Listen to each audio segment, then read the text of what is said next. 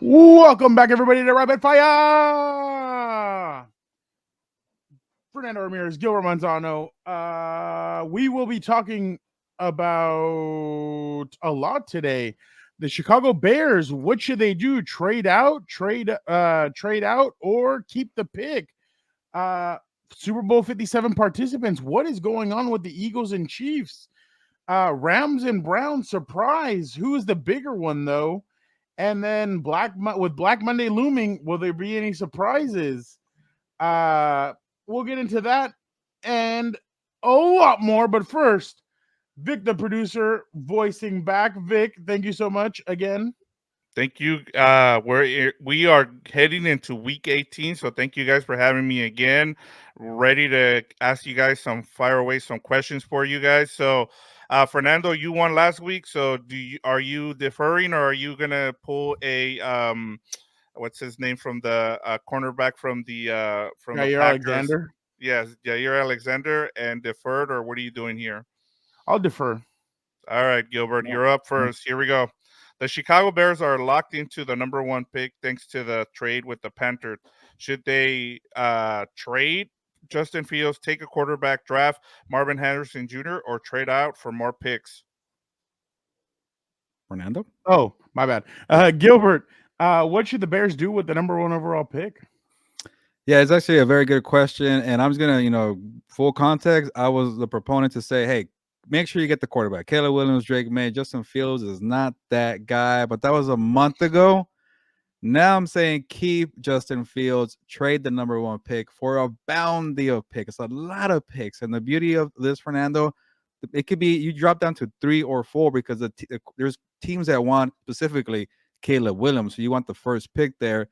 You trade down to 3 or 4, you can still get Marvin Harrison Jr. Imagine Marvin Harrison Jr. I'm going to say his name one more time. Marvin Harrison Jr. with DJ Moore and Justin Fields throwing the football. Obviously, you want to build up that offensive line too. But you know what? They also have a top 10, top 12 pick. They keep winning, but it's still going to be a high pick to address the offensive line. So, you know what? And the biggest thing I'm saying to change my mind here is they're finally building something. The GM Ryan Poles, and it was such a slow build. It took them a while. They're kind of I shouldn't throw this comparison, but they're kind of like the Lions that first year that Campbell got there. They were bad. Second year they got close. These Bears are getting closer, not as close as the Lions, but they're winning games right now. And why not? You're building something. Why hit the reset button? Keep Eberflus. The defense is doing well. Keep that connection with Moore and Fields. And I know players' opinions might not matter sometimes, but DJ Moore already endorsed Justin Fields, saying, "Why are we talking about this?" It's up to the GM, but he's showing progress. Both sides with Eberflus and Fields. Get the bounty of picks. Keep building. I like Justin Fields in Chicago. Picks are nice, but I'm not going to depend on everybody else to get what I need. You need Marvin Harrison Jr. IO. You need to secure another weapon for Justin Fields. Can you imagine Marvin Harrison Jr. and DJ Moore? I mean, why not just go secure the number one overall pick, secure him? I know this team still has a lot. They need to still build up that offensive line. They still have some pieces that they need to build out. That'd be nice and everything, but I'm not going to skip out on a generational receiver like Marvin Harrison Jr. I'm going to go secure him, and I'm going to pair him up with DJ. DJ Moore's done a lot of really good things this year. Imagine with on the opposite side with Marvin Harrison Jr. I think I would secure him. I wouldn't trust because if you let's just say you drop down to the 5th, 6th, 7th pick. What if somebody else snatches up, it comes up and grabs them? Or what if you think, oh, this team's going to take a quarterback? They don't. They end up taking your guy. No, thanks. I'm going to go Marvin Harrison Jr. Yeah, this is a hard one for me to decipher here, just because I mean you have the number one pick. You continue to win games with the other picks, so it's going to be lower down. It's a hard decision for the Bears. That's why we're not GMs. But I'm with you, Fernando. I'd go get your sure thing, Marvin Harrison Jr. Especially if you both are keeping Justin Fields. So at this point, you're not going to draft down and get the pick. So point to you here, Fernando. So next one, and I'll start with you, Fernando, on this one. The Super Bowl 57 participants were 2-8 in December. Which of the two will be the one and done in the playoffs, Chiefs or Eagles? All right, Fernando, you heard it right there from Victor. We were there, Super Bowl 57. Chiefs, Eagles, exciting Super Bowl, but they've been really bad lately. The Chiefs are mostly have been bad. But who are you more concerned about, and who's gonna be one and done? You would think one will be one and done from the two, right? I know you think I'm going to go with the Kansas City Chiefs. I'm not. The Kansas City Chiefs won a Super Bowl. They've won two. I'm going to go with the Philadelphia Eagles. The Philadelphia Eagles couldn't even beat the damn Cardinals at home. So I'm going to trust the Eagles to go on the road to Tampa Bay and potentially beat the Tampa Bay Buccaneers. I can't see that scenario happening. So as of right now, I have to say the Eagles. The Eagles can't stop Kyler Murray on defense, and they can't score a touchdown on offense. I couldn't believe the play calling that I saw. You could tell they missed Steichen and they even miss Gannon on defense. The play calling that I saw on that final drive, where they went Jalen Hurts run, screen to Gainwell, then Devonta Smith gets hurt. I could not believe that play call. It's just atrocious. They have not been a good football team since they beat Kansas City a couple of weeks ago. And what are they going to have to show for it? They're going to be one and done in the playoffs. I'm going to go with the Eagles are the biggest concern because why? They didn't win the Super Bowl last year. This year they look terrible, and they haven't been able to recoup. They haven't been able to do anything in the past month. So I'm going to say that the Eagles are in the bigger danger of being one and done. I want to agree with you, Fernando, because I want to say the Eagles they're in worse shape than the Chiefs. They don't look as good as the Chiefs, at least, and the Chiefs don't even look that good.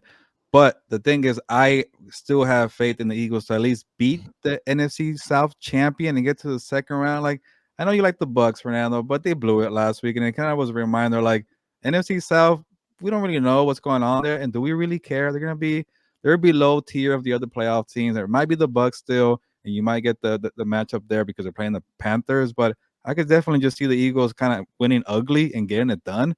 The Chiefs, on the other hand, have to face either the Dolphins or the Bills. Probably that could be a tough matchup there, especially if it's Bills. Well, yeah, I guess Bills with the lose. But anyways, a bunch of scenarios there. It could be most likely it's gonna be Miami. I feel like because I don't think Miami's gonna beat Buffalo. But what if it's Cleveland too? I don't think there's a scenario with that. But I just feel like the AFC doesn't have like a 49er squad, but they do have a Ravens, and they have a lot of teams that are pretty close there. So I think the Chiefs, it could maybe be something where, like, remember that year where, Tom Brady's final year in New England, we thought they're going to have one more run in there, and they lose to the Titans for kind of a flat performance. So it happens to the best of them, dynasties, things like that. I'm not saying the dynasty is over because they're young, but they're fatigued. And I'm going to say the Chiefs would be one and done. It could be a good game, a close game, but they're not going to win a close one in a very competitive AFC.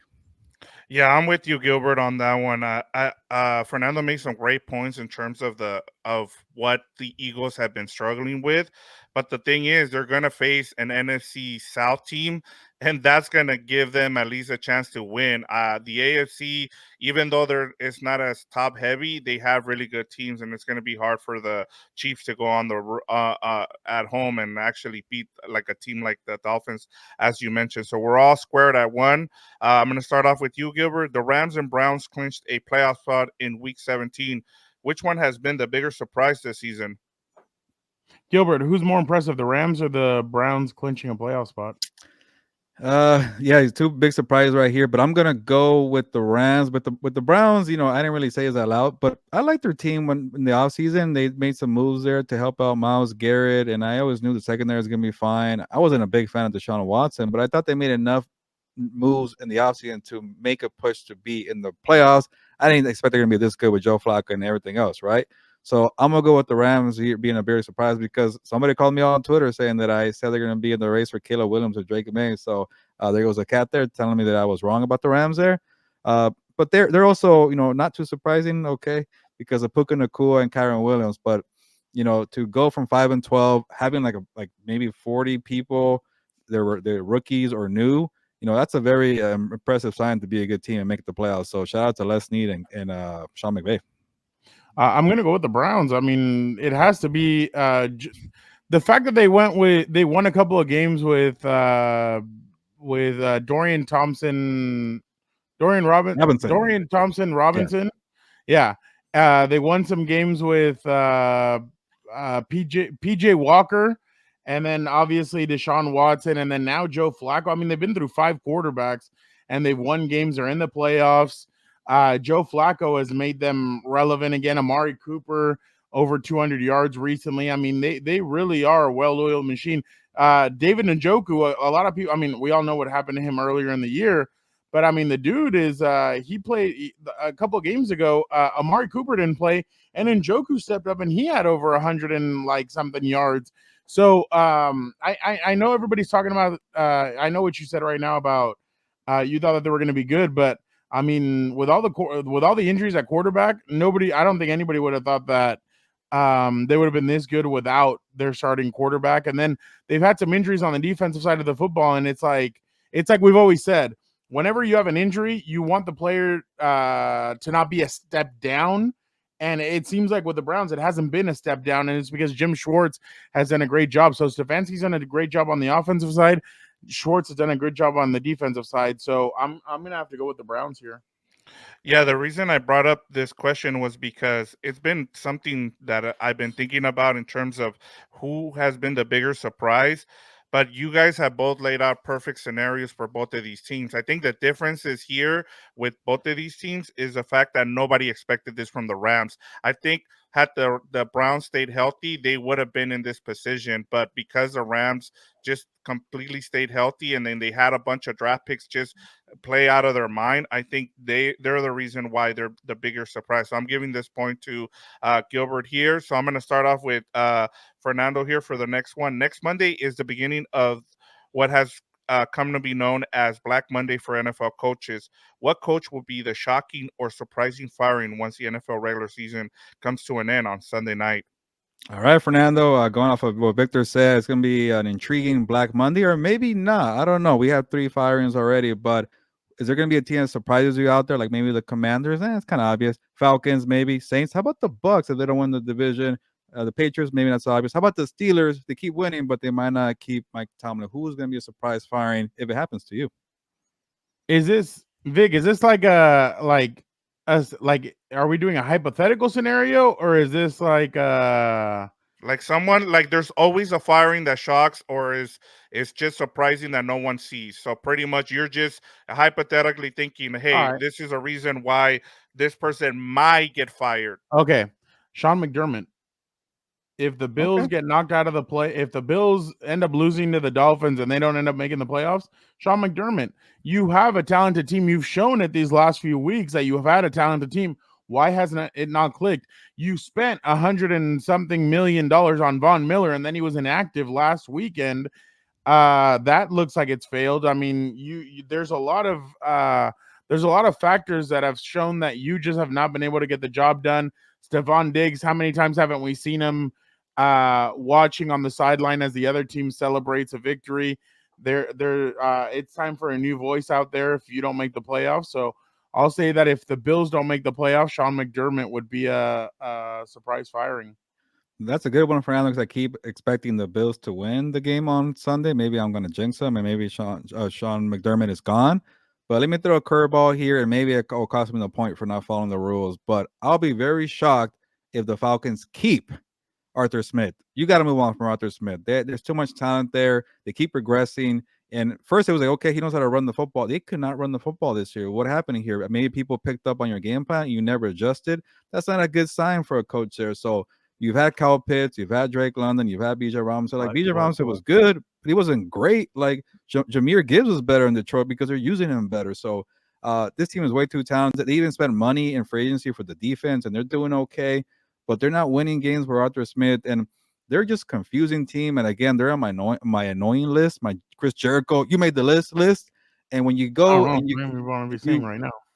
oh, sorry. But before Y2J, you made me lose track. Okay, you got 6 or 7 points against the Panthers. You get embarrassed by the Bears, but in the middle of these 2 ugly wins, you beat the Colts. I can't figure you guys out. You annoy me. You're inconsistent. You can't even win the division. You could still in the NFC South, but you need a lot of help. And Arthur Blank, don't give him another year. Just move on. I hate to say it, but it's not working out.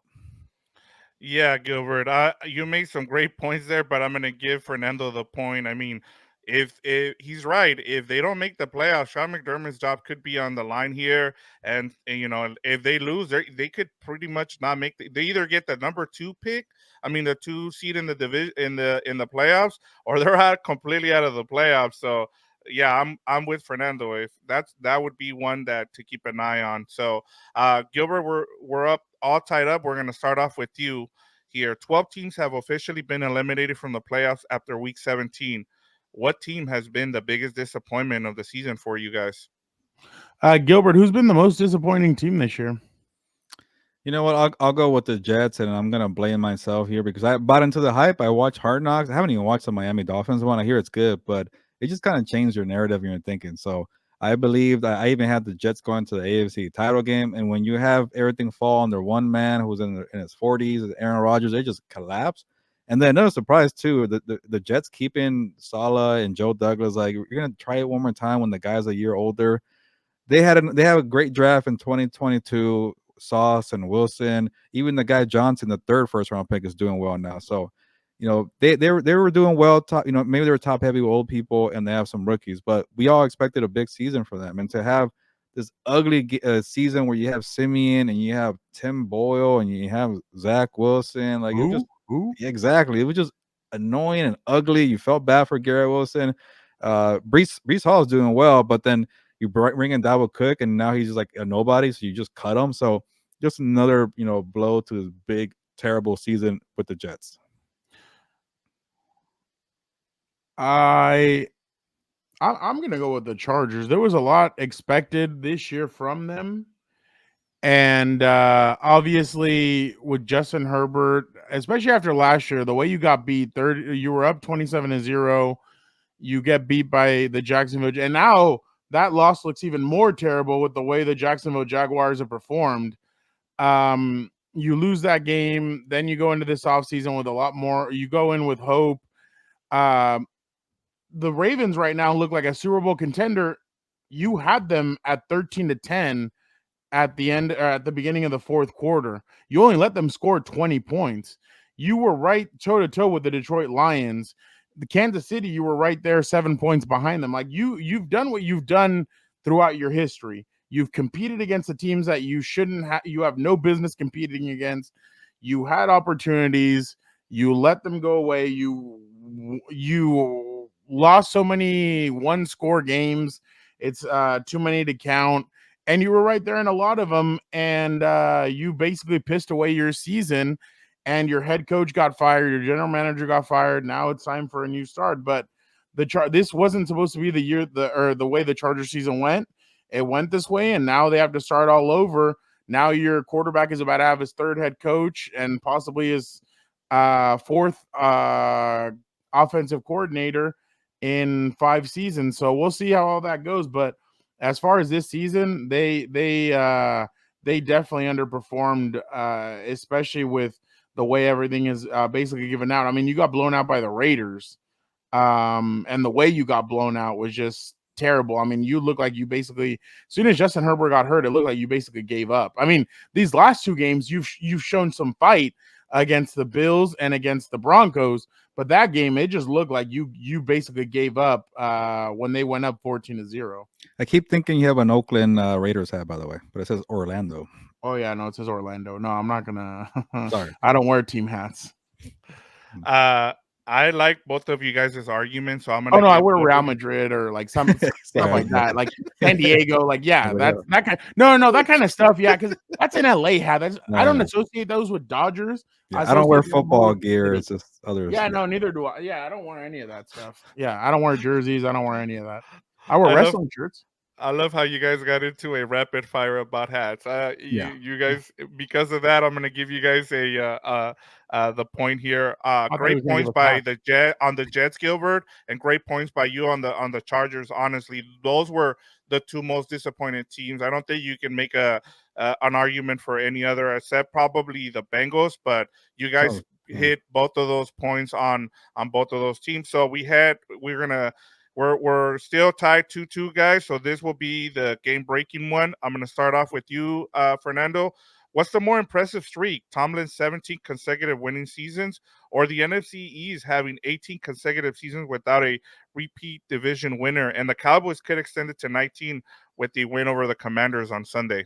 All right, Fernando. What's more impressive? Mike Tomlin, 17 years in a row, winning record for a head coach. That sounds kind of easy for me. and then you got the NFC East where it's a lot of change and you never know who's going to win the division every single year. So 18 years in a row, by the way, for a different champion, no repeats for the NFC East. I'm glad I deferred.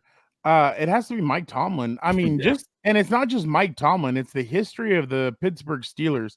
3 head coaches and like 60, 70 years of history is incredible. But the fact that Mike Tomlin they've been calling for his head, and I get it. He was loyal to Matt Canada. He's been loyal to people in the past, but just the fact that he has not had a losing season there, like that's just incredible in my opinion, especially with Kenny Pickett, Mason Rudolph. Hell, a couple of years ago, he won games with Duck Hodges as his quarterback. So yeah, no, it's Mike Tomlin, and it's not even close. I mean, the fact that some Steeler fans wanted him gone, like you guys have been spoiled. You guys have been spoiled with Chuck Noll, and then Cower,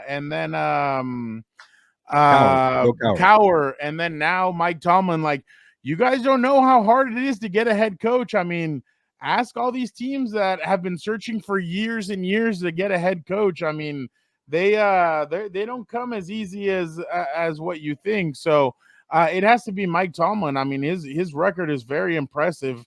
Especially because he wasn't a head coach. He was really an unknown when he first took over the head coaching job. So I'm going to have to go with Mike Tomlin.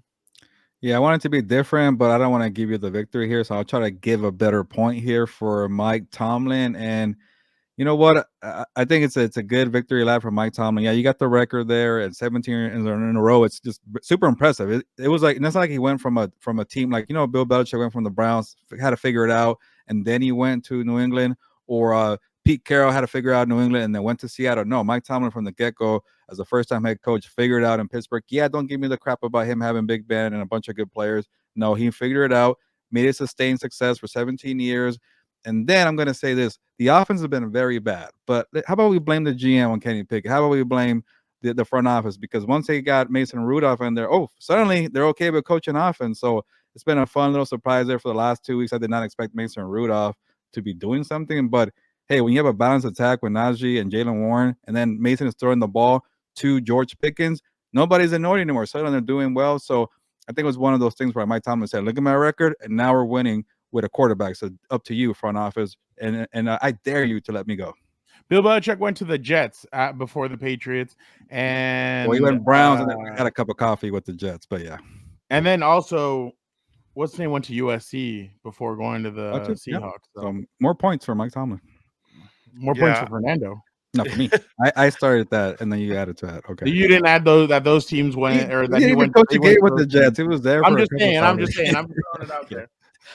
I love this, and this is why we call it rapid fire. I love that you guys are after the argument. You guys are still going at it, but I'm gonna give this to Gilbert. He's right. Like the front office, I mean, they're the ones that have drafted these quarterbacks, and now you even have George Pickens out there liking, videos about people talking about Pickett. So I mean, yeah, like. And for Tomlin to recognize the fact that, hey, I'm going to go with Mason Rudolph. I'm going to make sure that I get these wins. And now he's not even going to, and then you have Pickett refusing to go and be the backup. So there's a lot, even with all that drama, he still had a winning season. So shout out to you, Gilbert. Congratulations. And real quick, I don't know if you guys caught the mic'd up audio of Mike Tomlin. Like, he even told his OC, like, hey, we're not about to be conservative right here. You better freaking throw the football on the final drive to kill the clock. And mostly you would think he would be the one coach to run the football and try to win that way. But got a first down from Mason Rudolph to George Pickens, and then you killed the clock and all the timeouts. So maybe it wasn't Mike Tomlin's fault after all. Yeah, no, definitely. But thank you guys so much for checking out Rapid Fire. Make sure you guys check out Compas on the Beat. Make sure you guys check out everything else on Compas on the Beat Network. Make sure you guys tune in to Overreaction Lunes with the Compas and everything else. Thank you guys so much.